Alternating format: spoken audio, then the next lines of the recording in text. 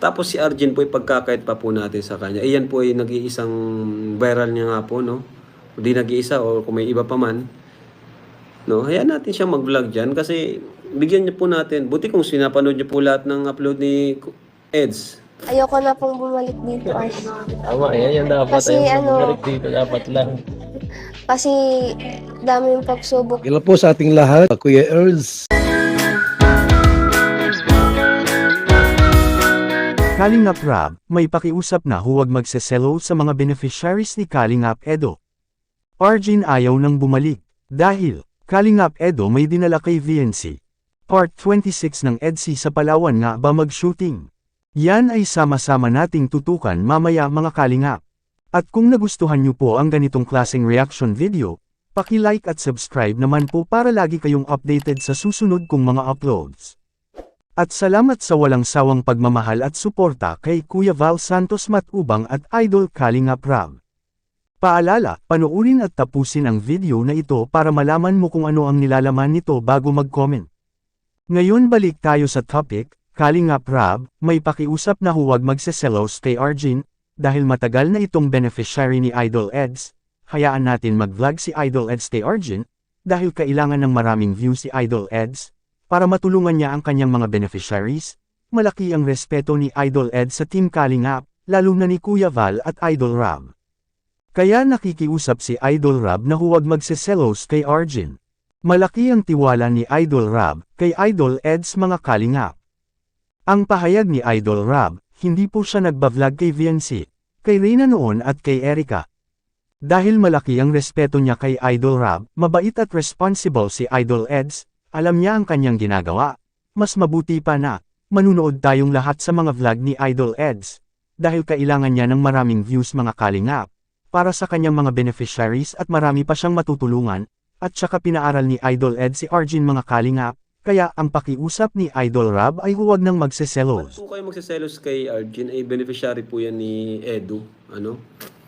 Huwag po kayong magselos dyan kasi yan po ay beneficiary ni Eds. No? Diyan po siya nagkaka-views. Kailangan niya rin po ng income.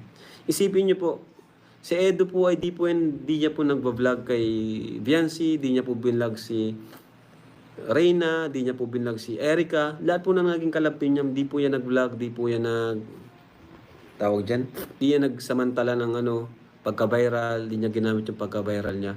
Tapos si Arjen po ay pagkakait pa po natin sa kanya. Iyan po ay nag-iisang viral niya nga po, no? Hindi nag-iisa o kung may iba pa man, no? Hayaan natin siya mag-vlog dyan kasi bigyan niyo po natin. Buti kung sinapanood niyo po lahat ng upload ni Eds, di ba? Buti kung pinapanood niyo lahat ng upload ni Eds. Pansin ko yung ibang upload niya, medyo mababa yung views. Tapos ngayon, pagkakait pa natin si Arjen sa kanya, kung kailan nagkakaroon siya ng views, di ba? Maawa naman po kayo kay Edu na grabe yung respeto sa atin, no? Grabe yung effort din sa atin. Tagal na siyang nandyan. Bigyan naman natin siya ng break. Kaya huwag niyo pong pag-isipan ng masama si Eds dahil yan ay gusto niya rin ng views, no? Nagpapaliwanag naman po si Arjin mga Kalingap na isa lang siyang beneficiary ni Idol Eds, at sa awa ng Diyos ay okay na po si Arjin at gusto na itong umuwi sa kanilang bahay. At sabi ni Arjin ay ayaw na niyang bumalik sa hospital mga Kalingap. Dahil araw-araw may pagsubok, dahil bawat oras ay turukan po siya ng antibiotics mga Kalingap, napakahirap ang sitwasyon na dinan at makakasakit yun, yan ay sabi ni Arjin mga Kalingap, makikita natin sa video. Ayoko na pong bumalik dito ay. Tama, yan yung dapat. Kasi Ay, ano- bumalik dito dapat lang. Kasi dami yung pagsubok kumbaga dito halos oras-oras. Tinuturo ka ng antibiotic, yung mga gamot. Baka dahil dun maghina pa lalo. Iniisip ko baka maghina pa lalo yung katawan ko kasi sa dami ng gamot na naipapasok na sa katawan ko po. May nasesagap tayong balibalita mga Kalingap, dahil si Kalingap Edo ay nagpadala itong maraming prutas para kay VNC, para mapadali ang kanyang recovery dahil nagkasakit ito sa sobrang init ng panahon at biglaang uulan. At meron pa, may nagsasabi na sa Palawan daw mag-shooting ang EDC serye. Kung magkatotoo ito, ay talagang masaya ang lahat, dahil napakaganda doon mga Kalingap, ang linas ng lugar at hindi lang yan ang linas ng dagat mga Kalingap, pwede silang mag-overnight doon mga Kalingap, Excited na ang lahat sa part 26 ng EDSA ay abangan po natin mga Kalingap. Hanggang dito lang po muna ang ating Kalingap Kuya Ers latest update ngayong araw mga Kalingap. Sanay suportahan po natin ang mga vlog ni Idol Rob, dahil dito kinukuha ang mga gastusin.